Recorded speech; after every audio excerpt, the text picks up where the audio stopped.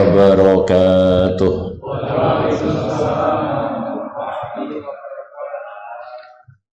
Innal hamdalillah nahmaduhu wa nasta'inuhu wa nastaghfiruh wa na'udzu billahi min shururi anfusina wa min sayyiati a'malina. Man yahdihillahu fala mudilla lahu wa man yudlil fala hadiya lahu. Ashhadu an la ilaha illallah wahdahu la syarika lah wa ashhadu anna Muhammadan abduhu wa rasuluh arsalahu bil huda wa dinil haqq liyuzhirahu ala ad-dini kullihi wa kafa billahi shahida. Faballagha ar-risalah wa addal amanah wa nasahal ummah wa jahada fillahi haqqa jihadih. Fa salawatullahi wa salamuhu alaihi wa ala alihi wa ashabihi wa man tabi'ahum bi ihsanin ila yaumiddin wa ba'd. Ma'asyiral muslimin rahimani wa rahimakumullah, para bapak dan juga para ibu hadirin wal hadirat rahimani wa rahimakumullah wa a'azzani Allahu wa iyyakum jami'an. Alhamdulillah, segala puji hanyalah milik Allah subhanahu wa ta'ala atas limpahan nikmatnya yang terus dan terus terlimpah, tercurah tanpa henti, tanpa terputus kepada kita seluruhnya. Marilah kita terus berusaha memuji dan menyanjung Allah subhanahu wa ta'ala atas limpahan nikmat tersebut, mengagungkan, membesarkan, mensucikan Allah subhanahu wa ta'ala. Kita basahi lisan kita dengan zikrullah, ya, amalan yang mudah, ringan, tapi sangat dicintai oleh Allah subhanahu wa ta'ala dan sangat berat dalam timbangan amal. Dan mari pula kita terus berusaha meningkatkan keimanan dan ketakwaan kita kepada Allah subhanahu wa ta'ala, bersabar, istiqomah, ya, mentaati Allah subhanahu wa ta'ala, bertakwa kepadanya dimanapun berada, kapanpun, terus berusaha mempelajari agama Allah, ya, dengan dalil-dalilnya, dan terus berusaha setelah mengilmui, memahami agama Allah ini, ya, mengamalkannya dengan tulus, dengan ikhlas, ya, dengan terus mengikuti petunjuk Rasulullah sallallahu alaihi wasallam, ya, sehingga kita juga mohon kepada Allah agar bisa diistiqomahkan di atas itu seluruhnya sampai kematian menjemput kita seluruhnya dalam kondisi sebagai penuntut ilmu, ya, yang terus belajar, terus mempelajari agama Allah ini, berusaha menghilangkan kebodohan kita, ya, tentang Allah, tentang Rasulnya, tentang agama Islam, dan terus berusaha mengamalkannya, bahkan mendakwahkannya, ya, sampai mati dalam keadaan demikian, mati husnul khotimah. Semoga dengan taklim kita ini Allah subhanahu wa ta'ala memberkahi, Allah karuniakan kepada kita seluruhnya ilmu-ilmu yang bermanfaat, yang membuahkan amal-amal soleh, ya, yang dengan inilah seorang bisa meraih ampunan Allah, bisa meraih ridhonya, ya, bisa meraih rahmat Allah subhanahu wa ta'ala dengan memahami agama Allah dan mengamalkannya. Dan hanya dengan rahmat Allah ini, ampunan dan ridhonya, seorang diizinkan untuk nanti di akhir hidupnya masuk ke dalam surganya dan dijauhkan dari azab siksa neraka. Ilmu yang bermanfaat, amal-amal soleh, ini bekal yang tidak bisa tidak harus kita siapkan. Teman setia yang akan terus menemani kehidupan kita. Lebih-lebih setelah mati, ya, nggak ada lagi yang kita bisa banggakan dari dunia ini, pangkat, kedudukan, jabatan, harta. Nggak dibawa mati, yang dibawa mati ilmu-ilmu yang bermanfaat, yang membuahkan amal soleh. Ya, ini akan setia menjadi pembela kita, penolong kita, pemberi syafaat kita, ya, sehingga kita terus bersemangat berdoa mohon kepada Allah, terus diberi taufik dan hidayahnya, sehingga kita bisa di atas istiqomah di jalan Allah Subhanahu wa taala. Amin ya rabbal alamin. Ma'asyiral muslimin, para bapak dan juga para ibu, hadirin wal hadirat, rahimani wa rahimakumullah, wa a'azani Allahu wa iyyakum jami'an. Dalam pertemuan terakhir kita yang lalu, pembahasan dari sirah nabawiyah Nabi Muhammad sallallahu alaihi wa alihi wasallam, sudah kita sampaikan urgensi pengutusan Nabi Muhammad sallallahu alaihi wasallam bagi manusia. Sudah kita kisahkan bagaimana kondisi keadaan manusia, ya, di seluruh dunia ini, ya, sebelum diutusnya Rasulullah sallallahu alaihi wasallam. Manusia secara umum benar-benar berada di dalam kegelapan, ya, kehancuran, ya, baik dari sisi akhlaknya, ya, dari adat istiadatnya, sosialnya, lebih-lebih dari sisi akidahnya. Manusia dalam kegelapan tidak mengetahui hakikat agama Allah. Sudah kita sampaikan dalam temuan yang lalu, baik itu orang-orang Arabnya, ya, yang dulu mereka sebenarnya di atas milah Ibrahim alaihissalam, ya, di atas tauhid, di atas jalan yang lurus. Tapi mereka dalam sejarahnya dirusak oleh salah seorang pemimpin mereka yang disebutkan dalam hadis yang bernama Amr ibn Luhai al-Huzai. Rasul kabarkan Amr ibn Luhai al-Huzai ini sedang menyeret isi perutnya, dia di neraka, karena dialah yang mengubah milah Ibrahim pada orang-orang Arab menjadi agama wasani. Yang itu sudah kita kisahkan dalam pertemuan yang lalu. Ini ahli kitabnya, ini orang-orang Arabnya, ya, berubah dari agama yang lurus, tidak lagi dikenal tauhid yang benar, kesirikan, ya, di mana-mana, dekadensi moral dan seterusnya, akhlak-akhlak yang rusak tersebar. Sampai toh ahli kitabnya sudah kita jelaskan juga, mereka pun rusak.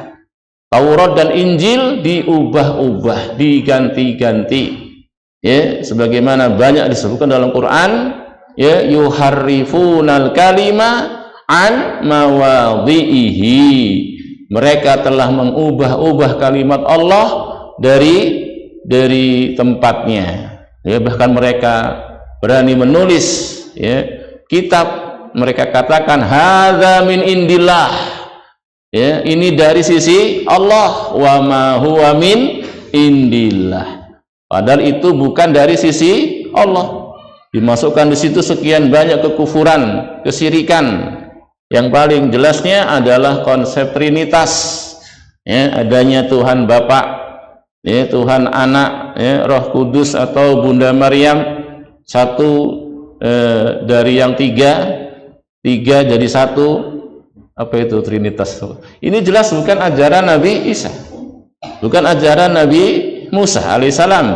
Bahkan sebenarnya diutusnya Nabi Muhammad itu sudah tersebut dalam Taurat dan Injil. Tapi bersama itu mereka, ya, tidak mau mengakuinya. Mereka hasad, mereka dengki, mereka ada kesombongan, ya, tidak mau mengikuti kebenaran yang dibawa Rasulullah SAW, padahal itu tertera dalam Taurat dan Injil. Jadi rusak kondisinya umat manusia yang disebutkan dalam Quran, la fi dhalalim mubin, sungguh mereka dalam kesesatan yang nyata. Makanya diutusnya Nabi Muhammad SAW merupakan perkara yang sangat penting. Ya, laqad mannallahu 'alal mu'minin. Sungguh benar-benar Allah telah beri nikmat yang besar kepada orang-orang yang beriman. Idz ba'asa fihim rasulan min anfusihim, yaitu tak kalau Allah mengutus seorang rasul dari kalangan mereka sendiri. Maksudnya Nabi kita Muhammad sallallahu alaihi wasallam. Yatlu alaihim ayatihi, yang rasul tersebut membacakan kepada mereka ayat-ayatnya. Ya wa yuzakihim, dan mentazkiyah mereka, mensucikan jiwa-jiwa mereka. Wa yu'allimuhumul kitaba wal hikmah, mengajarkan kepada mereka Alkitab, demikian pula al-hikmah. Apa kata Allah? Wa in kanu min qablu la fi dhalalim mubin. Sungguh mereka sebelum Rasul tadi diutus benar-benar dalam kegelapan yang nyata, yang dikenal dengan istilah jahiliyah. Demikian pula Allah berfirman dalam surat Al-Maidah ayat 16. Allah panggil itu ahlul kitab, ya ahlal kitab qad ja'akum rasuluna, wahai ahlul kitab, sungguh telah datang kepada kalian utusan kami, rasul kami, ya, yubayyinu lakum katsiran mimma kuntum tukhfuna minal kitab. Yang rasul ini, ya, menyingkap banyak sekali dari perkara-perkara kitab kalian, Taurat dan Injil, yang disembunyikan, ya, yang diganti-ganti, diubah-ubah, disingkap oleh Rasulullah sallallahu alaihi wasallam, ya. Wa ya'fu an katsir, wa ya'fu an katsir, ya, dan banyak pula yang dibiarkannya, ya.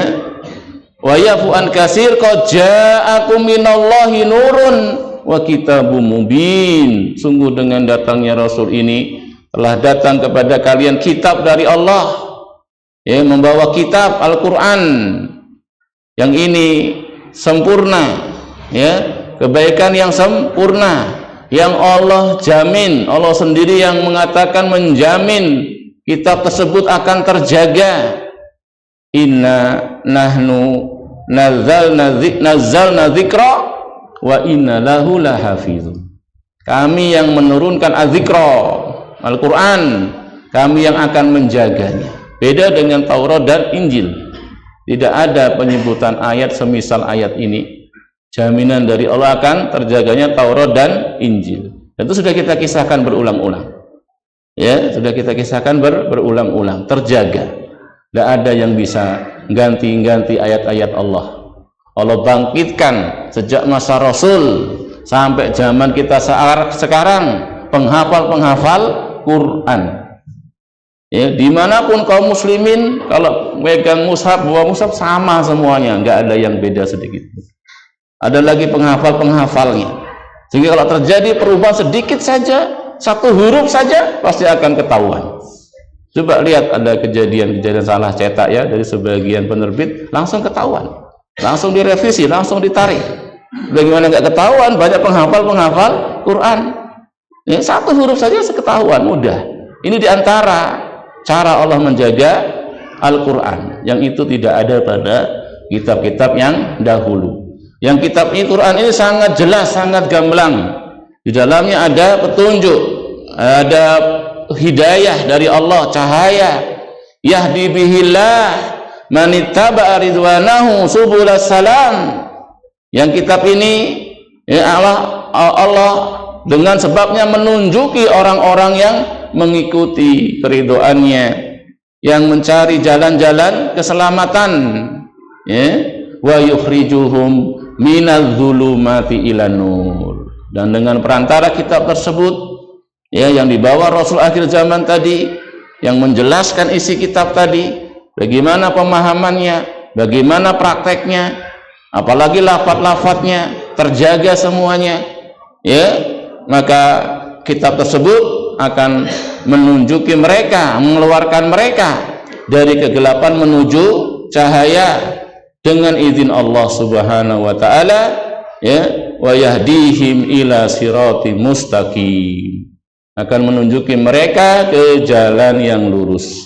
Inilah dia kondisi manusia 14 abad yang lalu.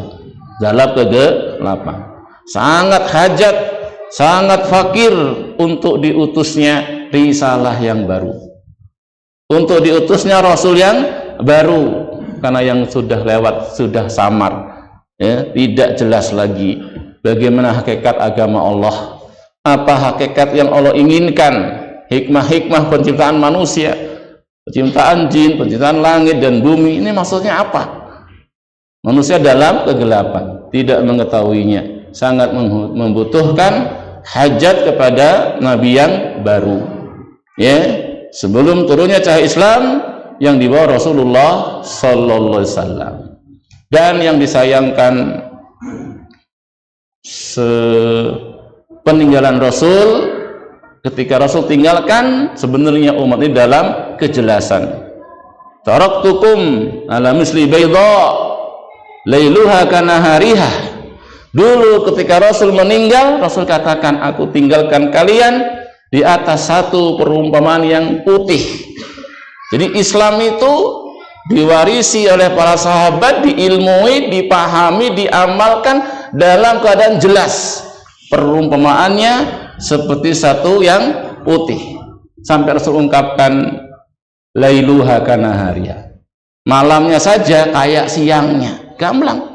Mana yang halal, mana yang haram, mana yang tauhid, mana yang syirik, mana yang taat, mana yang maksiat, dengan perincian-perinciannya sangat gamblang. Lailuha kanahariha, ya, cuman sepeninggalan Rasul, sepeninggalan Abu Bakar As-Siddiq, sepeninggalan Umar apalagi, banyak muncul kemudian apa? Penyimpangan.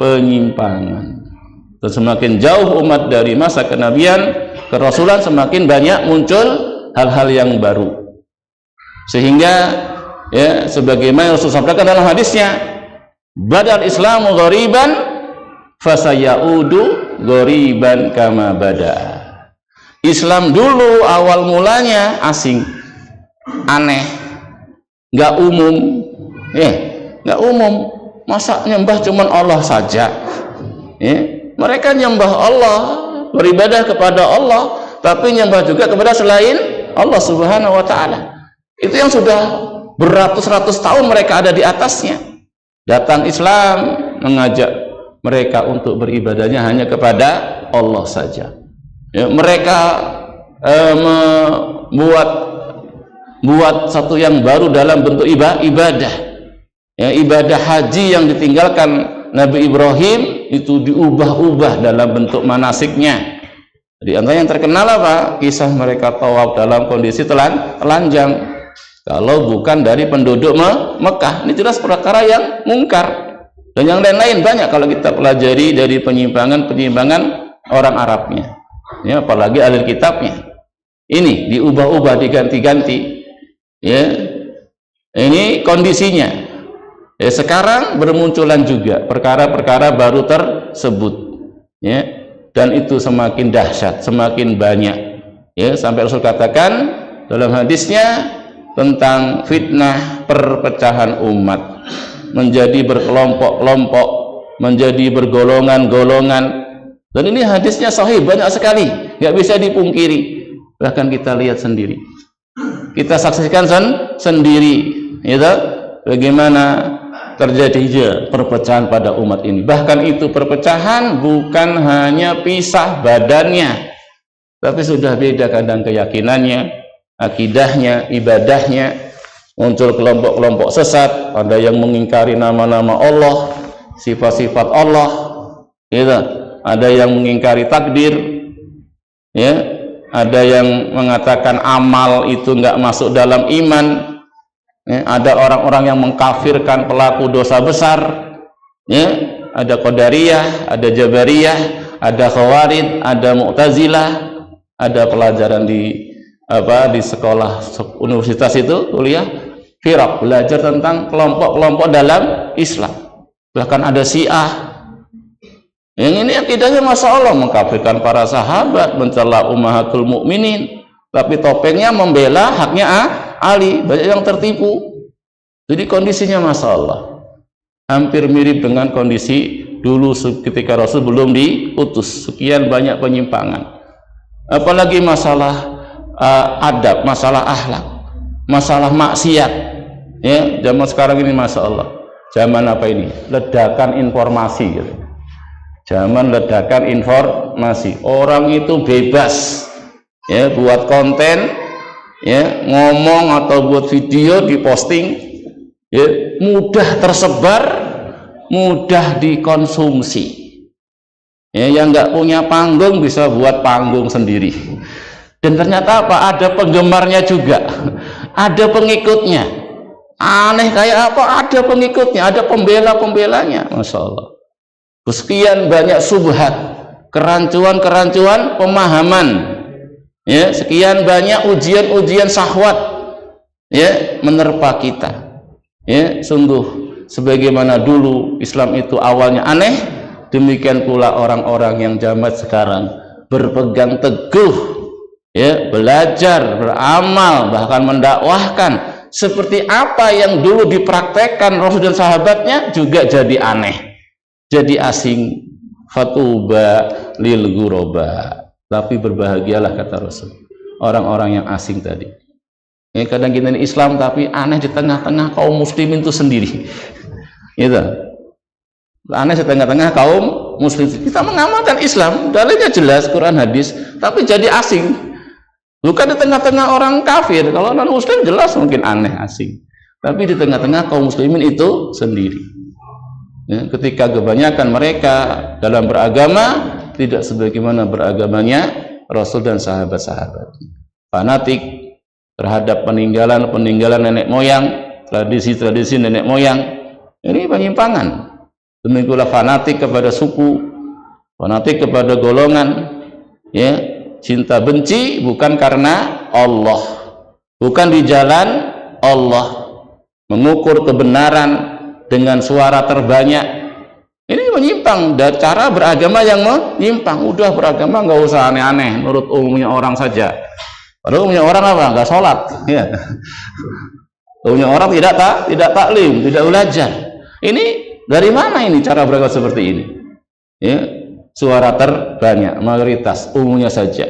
Bahkan ada yang mengatakan suara terbanyak suara Tuhan. Loh, ini aneh lagi.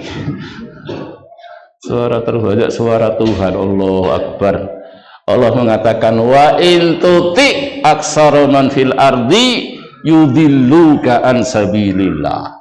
Kalau kamu mentaati kebanyakan orang di dunia ini, mereka akan menyimpangkan kamu, menyesatkan kamu dari jalan Allah. Beragama pakai mimpi. Dalilnya mana? Mimpi, ketemu Rasul, diajari wirid, diajari zikir, diamalkan. Sejak kapan mimpi jadi dalil? Banyak ini masa apa ini ledakan informasi, banyak sekali subhat-subhat, kerancuan pemahaman beragama, ya kadang pakai dalil tapi pemahaman dan prakteknya tidak sebagaimana pemahaman dan praktek Rasul dan sahabat-sahabat. Padahal kita diperintah dalam beragama ngikuti orang-orang yang dahulu, as-sabiqunal awwalun minal muhajirin wal ansor, orang-orang yang terdahulu lagi pertama-tama masuk Islam dari kalangan muhajirin dan ansor. Ini generasi qudwah, ini generasi teladan, ini masa keemasan kaum muslimin. Khairun nas qarni, kata Rasul, sebaik-baik manusia adalah generasiku, para sahabat.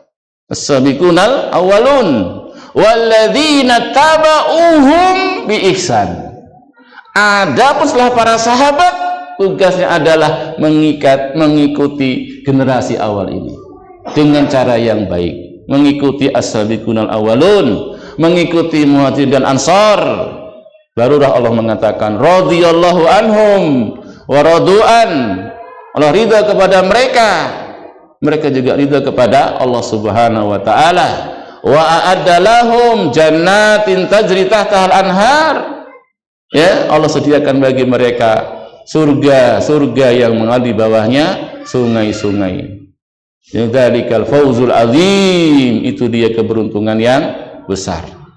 Ya. Makanya di sini penting untuk kita mempelajari bagaimana Rasulullah ya, dalam sejarah hidupnya, ya, bagaimana metode cara beliau dalam sirahnya dalam mengentaskan manusia, mengeluarkan mereka dari kegelapan menuju cahaya. Ya, bagaimana Rasulullah ya, berdakwah, bagaimana Rasulullah bermuamalah, bagaimana Rasulullah seterusnya dari sisi-sisi kehidupan beliau. Semuanya penuh dengan pelajaran-pelajaran berharga. Ya, apa yang Rasul alami dari perjalanan hidupnya bukan perkara yang terjadi kebetulan, tapi semua sudah Allah siapkan. Bahkan dari masa dia masih di perut ibunya itu sudah banyak ibrah, sudah banyak pelajaran. Masa anak-anaknya banyak ibrah, banyak pelajaran. Masa remajanya banyak ibrah, banyak pelajaran. Ya, kemudian menikah, awal dapat wahyu, berdakwah, itu semua penuh dengan pelajaran-pelajaran. Dan tidak ada sirah yang paling sempurna, didatangkan juga dalil-dalilnya, bukti-bukti riwayatnya sebagaimana sirah Rasulullah Muhammad sallallahu alaihi wasallam. Ya, masyarul muslimin rahimani wa rahimakumullah. Ya, ini kondisi kita sekarang hendaknya menjadikan kita termotivasi untuk benar-benar mengenali bagaimana sih hakikat agama Islam tersebut. Karena kebanyakan kita ini Islamnya Islam turun-temurun, gitu. Tidak langsung belajar Quran dan hadis. Memang mbah-mbah saya sudah Islam dan inilah Islam yang saya kenal, gitu loh, dari ritual-ritual yang mereka kenal dari orang tuanya. Sehingga perlu sekali untuk dikenalkan bagaimana Islam dengan dalil-dalilnya, karena semua itu harus kembali kepada Quran dan hadis sebagaimana wasiat Rasul, taraktu fikum amraini lan tadillu ba'dahuma. Aku tinggalkan untuk kalian dua perkara yang kalau kalian mau berpegang teguh dengan keduanya, kalian gak akan sesat selama-lamanya. Cuman ingat yang pernah saya sampaikan, kembali kepada Quran, kembali kepada hadis itu bukan hanya lafadznya tok. Ya, bahasa Arab, belajar bahasa Arab, dibaca, kemudian dimaknai, diterjemahkan, dipahami sendiri, tidak. Tapi apa? Kita kembali kepada Quran, baik lafadz-lafadznya, ya, tidak ditambah-tambah, tidak dikurang-kurangi. Sebagian sudah ada dalam mushaf-mushaf yang kita baca, itulah yang dulu wahyu ya Allah diberikan kepada Rasulullah SAW. Kemudian memahaminya, ini penting. Memahami Quran, memahami hadis harus dikembalikan kepada pemahaman Rasul dan sahabat-sahabatnya. Ya, hati-hati dengan pemahaman-pemahaman yang baru. Demikian pula prakteknya. Ya, sudah saya berikan contoh yang sederhana untuk memahami hal ini. Apa itu? Ada berapa orang masuk masjid bareng-bareng. Kemudian ada yang usul, gimana kita sholat tahiyatul masjid berjamaah? Boleh enggak, Pak? Para ibu, ada berapa orang masuk masjid, kemudian ada yang usul, kita sholat tahiyatul masjidnya berjamaah saja. Boleh apa enggak? Loh, kan ada dalilnya. Sholat berjamaah lebih baik daripada sholat sendirian. Apa antum ingkari hadis ini? Nah, ini yang saya maksudkan tadi, jangan cuma ngambil lafadznya tok. Pemahaman dan prakteknya, lihat bagaimana dulu Rasul dan sahabatnya memahami sholat berjamaah lebih bagus, bahkan sekian derajat, sekian kali lipat dari sholat sendirian. Apa kemudian semua sholat nanti muncul pertama sholat tahiyatul masjid, besok-besok rawatib berjamaah, besok-besok sholat wudu berjamaah, besok-besok ya nggak ada sholat kecuali berjamaah. Akhirnya apa? Dolun mutilun namanya ini, sesatkan orang banyak. Padahal ada hadisnya. Ya, apa ngingkari hadis itu? Nggak ada. Ahli bid'ah aja sepakat kok pada situ. Ya, cuman apa salahnya? Pemahaman dan praktek. Ini saya maksudkan. Ini contoh sederhana saja. Makanya hati-hati. Ya, sekarang ini zaman ledakan informasi tadi ya. Orang itu loh nggak punya panggung juga buat panggung sendiri dan banyak followernya. Sampai yang ngaku bisa ngomong bahasa malaikat aja ya banyak pengikutnya loh, dan bebas-bebas aja. Gitu. Nggak usah nelpon Allah ya. Berapa nomornya itu ya? Oh, nelpon juga kita ini banyak hajat. Dan seterusnya, ini ada juga pengikutnya. Kesirikan dipoles dalam bentuk cinta orang soleh, cinta Nabi. Yang ahli tauhid itu nggak cinta Nabi, nggak cinta Rasul, nggak cinta orang. Jadi masya Allah runyem. Ya, di sini pentingnya ilmu, belajar, taklim, benar-benar mengenai Islam dengan dalil-dalilnya. Taraktu fikum amraini, aku tinggalkan kepada kalian dua perkara, kalian nggak akan sesat selama-lamanya kalau berpegang teguh dengan keduanya, Al-Quran, kitab Allah, wa sunnati, dan sunnahku, hadis-hadis yang sahih. Berpegang teguh ke sana ya, dalam lafaz-lafaznya, makna-maknanya, dan juga tadi pemahaman dan prakteknya. Masyarul muslimin rahimani wa rahimakumullah, wa a'azzani Allahu wa iyyakum jami'an. Pembahasan yang berikutnya setelah kita mengenali bagaimana pentingnya Rasulullah diutus, ya, pentingnya mengenalkan kepada manusia risalah yang baru, yang benar-benar dari Allah, karena kondisi manusia dalam kegelapan, ya, dan itu kondisi hampir mirip juga pada masa kita sekarang. Cuman saya sampaikan di sini, tapi nggak boleh ya kita katakan ini zaman jahiliyah, nggak boleh. Ya, walaupun agak-agak mirip, cuman nggak boleh secara mutlak dikatakan ini zaman sekarang zaman jahiliyah. Mengapa? Karena sudah ada Quran, karena sudah ada hadis, dan itu sudah Allah jaga. Pasti ada, dan pasti ada sekelompok manusia akan Allah bangkitkan setiap generasi yang benar-benar apa? Quran dan hadis dalam pemahaman dan prakteknya. Walaupun kadang-kadang sangat minim, sangat sedikit di sebagian tempat. Bahkan yang kelihatannya banyak aja, kalau pas kumpul aja kayaknya banyak. Udah pulang masing-masing, aduh asing juga sih di tengah umatnya. Ya, ini ya. Jadi kita hendaknya benar-benar memahami agama ini secara benar, belajar, taklim. Jangan tabu dengan perubahan, ya, jangan tabu dengan perubahan kalau memang itu berdasarkan dalil-dalilnya. Jangan tabu, ya, untuk meninggalkan tradisi, ya, kebiasaan yang salah, yang keliru, karena nggak ada gunanya di hadapan Allah. Masa kita berdalil dengan nenek moyang kita, apa diterima di hadapan Allah nanti? Nggak ada gunanya kita cinta benci karena kelompok, karena golongan. Nah, nggak usah kita mengikat diri dengan apapun, ya, kita ikat diri dengan Quran, dengan hadis, dengan pemahaman yang benar, praktek yang benar. Siapapun orangnya, saya bersama dengan kebenaran, ya, siapa yang bersama kebenaran, dengan dia saya ikut orang tersebut, bukan orangnya, tapi karena apa? Dalilnya, ya, itu lebih selamat, ya, daripada mengikat diri dengan kelompok, golongan yang itu tidak ada jaminan. Ikat diri dengan Rasul dan sahabat-sahabatnya. Kalau emang ini yang dipahami, dipraktekkan sahabatnya, siap. Tapi kalau bukan, afwan, saya nggak bisa ikut-ikutan. Resikonya neraka. Wa may yusakikir rasul min ba'di ma tabayyana lahul huda. Siapa saja yang menentang Rasul setelah jelas bagi dia petunjuk, wa yattabi ghaira sabilil mu'minin, kemudian dia ngikuti jalannya selain orang yang beriman, ya, barang siapa menentang Rasul setelah jelas bagi dia petunjuk, kemudian dia mengikuti jalannya selain orang yang beriman. Siapa orang beriman di sini? Sahabat. Itu apa kita? Ya, kita juga masuk kalau kita ngikuti sahabat. Ya, orang beriman di sini yang dimaksudkan siapa? Para sahabat. Mereka cikal bakal kaum muslimin. Allah di sini tidak hanya mengatakan menentang Rasul setelah jelas baginya petunjuk.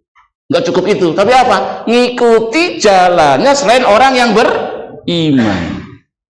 Wa may yusakikir rasul min ba'di ma tabayyana lahul huda. siapa yang berani menentang Rasul setelah jelas bagi dia petunjuk, wa yattabi ghairal sabilil mu'minin, kemudian dia ngikuti jalannya selain orang-orang yang beriman, nuwallihi matawalla, akan kami palingkan dia kepada apa yang dia berpaling. Kisah orang-orang Yahudi dalam kisah Nabi Musa, falamma zaghu azaghallahu qulubahum. Kalau mereka milihnya nyimpang, nentang, Allah simpangkan sekalian hati-hati mereka. Na'udzubillah min dzalik. Ya Allahumma rabbana la tuzigh qulubana ba'da id hadaitana wa hab lana min ladunka rahmah innaka antal wahhab. Jangan sampai hati kita yang sudah ngerti di atas sunnah, di atas ketaatan, di atas tauhid, ya disimpangkan oleh Allah. Jangan sampai, ya, gara-gara kita apa? Kepencut dengan bid'ah, kepencut dengan kekufuran, kesirikan, dosa maksiat, akhirnya Allah simpangkan sekalian. Na'udzubillah min dzalik. Nuwalihi matawalla wa nuslihi jahannam. Kami akan jebloskan dia ke neraka jahannam. Wa sa'at masira. Dan neraka jahannam seburuk-buruk tempat kembali. Ya, wa may yusaqiqi rasul, siapa saja menentang Rasul setelah jelas bagi dia petunjuk, wa yattabi ghaira sabilil mu'minin, dan mengikuti jalannya selain orang yang beriman, selain jalannya para sahabat, nuwallihi matawalla, kami simpangkan sekalian dia kepada apa yang dia menyimpang tadi, wa nuslihi jahannam, kami masukkan dia ke dalam neraka jahannam, wa sa'at masira, dan itu seburuk-buruk tempat kembali. Pembahasan berikutnya dalam pembahasan sirah, kita akan bahas hikmah diutusnya Nabi Muhammad di Jaziratul Arab sallallahu alaihi wasallam. Kenapa sih Islam itu kok pertama munculnya di Arab, ya, di Jaziratul Arab?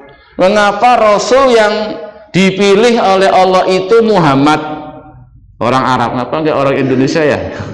Atau orang Persia, atau orang Romawi, ya, atau orang Mesir, atau orang Yunani? Kenapa kok yang dipilih orang Arab? Ya, mengapa awal mula Islam muncul cahaya ini pertama kali di tanah Arab? Ini akan kita bahas hikmah-hikmahnya. Mengapa? Untuk kita mengetahui juga di sini banyak pelajaran berharga dari keputusan Allah ini. Ya, ada banyak hikmah, banyak pelajaran yang nanti itu bisa jadi bekal, ya, dalam kita berdakwah, ya, dalam kita beragama, dalam kita beribadah kepada Allah. Masyarul muslimin rahimani wa rahimakumullah, ya, poin yang pertama yang kita pahami, asalnya Allah itu enggak ditanya tentang yang Allah perbuat, terserah Allah. Kita sudah bahas, bumi ini, langit ini, semua yang di alam ini miliknya Allah, gitu. Allah yang ciptakan, Allah yang ciptakan, Allah yang miliki, Allah yang kuasai, Allah yang ngatur, terserah Allah. La yus'alu amma yaf'alu. Allah enggak ditanya tentang apa yang Allah perbuat, yang Allah putuskan. Wa hum yus'alun. Tapi merekalah yang ditanya. Ya, jadi enggak usah jadikan Allah sebagai terdakwa, kemudian kamu jadi hakimnya. Ngapa kok gini? Ngapa kok gini? Ngapa enggak gini aja? Ngapa kok Rasulnya Muhammad? Sebagaimana dulu sebagian orang protes, kok Rasulnya Muhammad, ya, fakir, miskin, yatim lagi, dan seterusnya. Ini enggak boleh. Ya, cuman kita hendaknya mengimani, ya, bahwa Allah pasti adil, pasti bijak, tidak sedikit mendolimi hamba-hambanya. Pasti apa saja Allah putuskan itu berdasarkan ilmu yang luas. Ya, banyak apa? Hikmahnya. Termasuk nama Allah Subhanahu wa Ta'ala yang wajib kita imani, Al-Hakim. Termasuk nama Allah Subhanahu wa Ta'ala yang wajib kita imani, kita tetapkan bagi Allah Al-Hakim. Maka ada orang namanya Abdul Hakim, hambanya Al-Hakim. Apa makna Al-Hakim? Al-Hakim punya dua makna.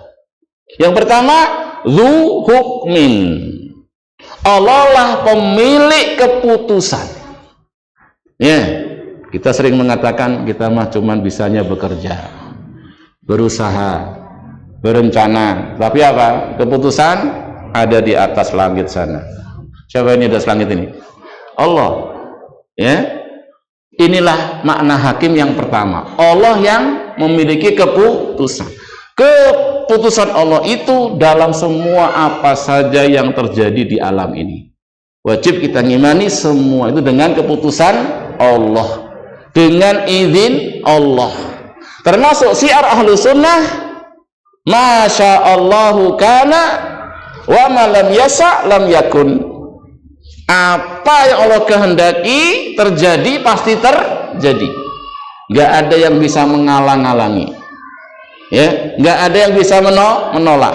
Dan apa yang Allah kehendaki tidak terjadi, tidak akan terjadi.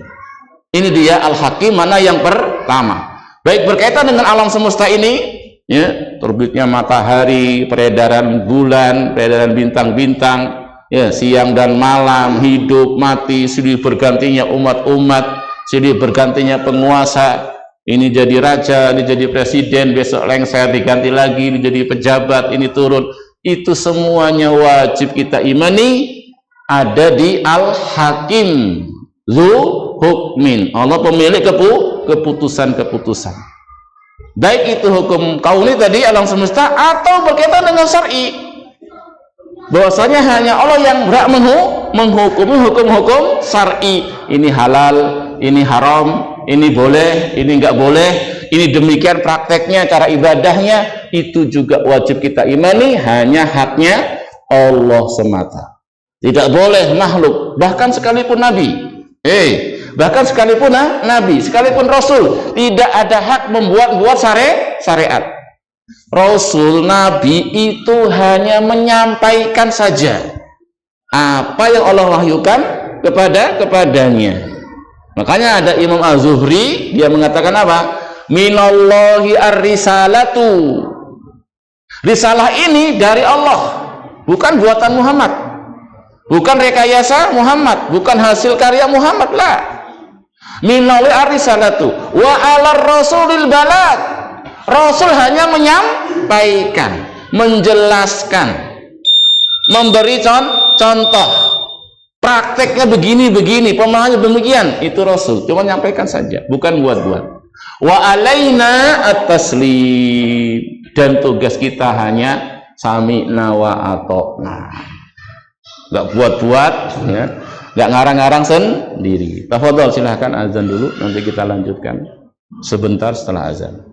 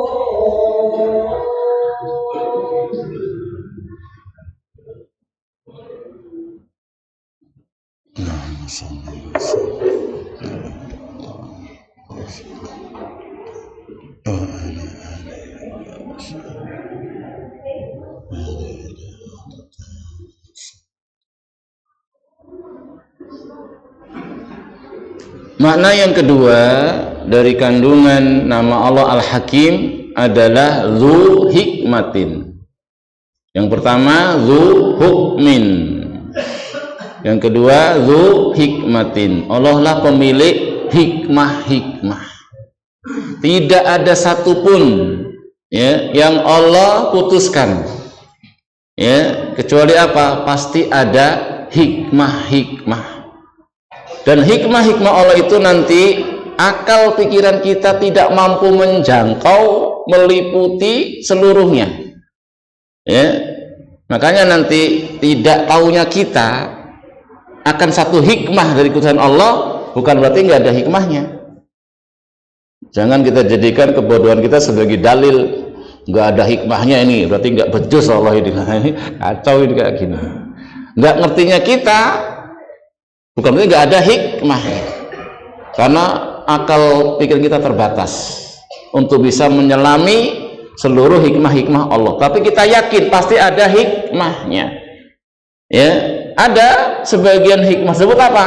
Nampak jelas bagi sebagian manusia.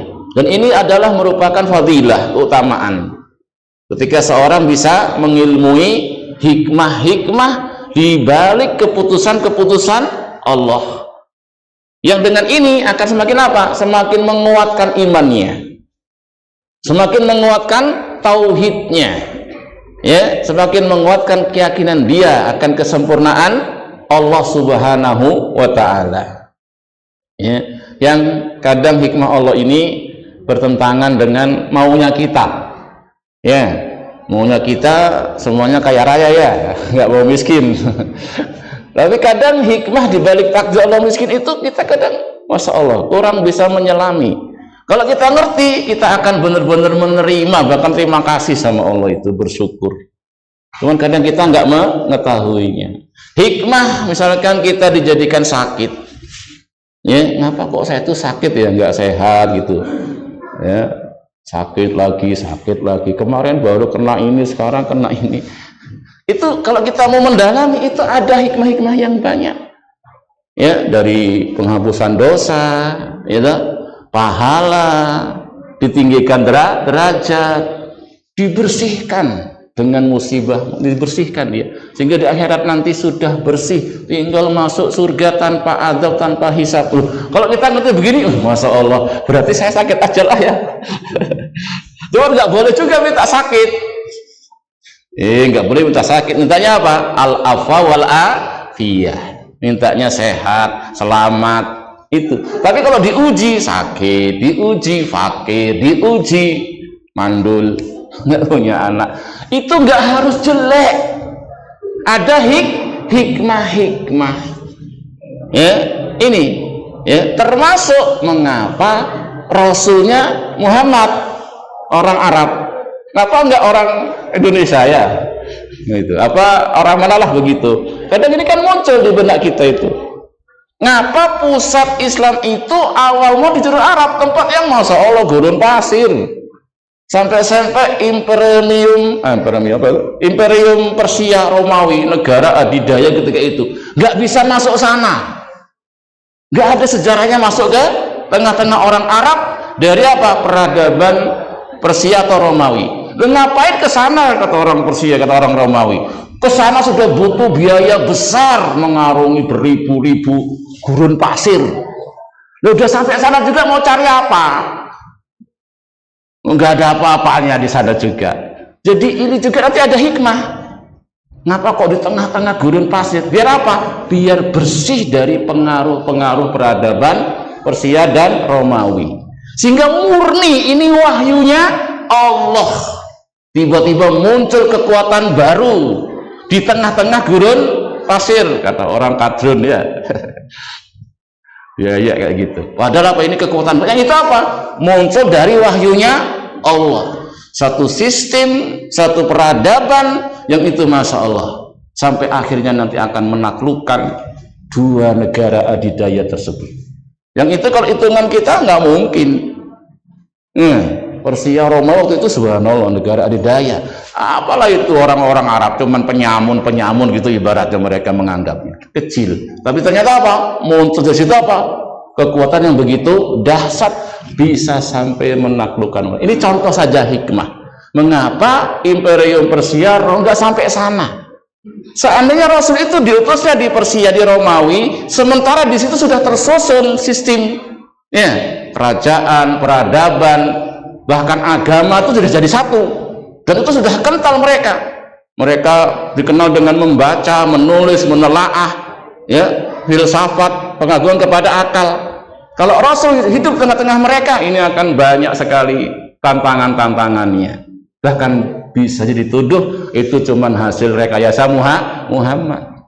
Tapi ketika munculnya di tengah-tengah orang Arab yang ummi, nggak dikenal dengan baca tulis, nggak dikenal dengan membaca sejarah-sejarah orang dulu, murni ini wahyunya Allah.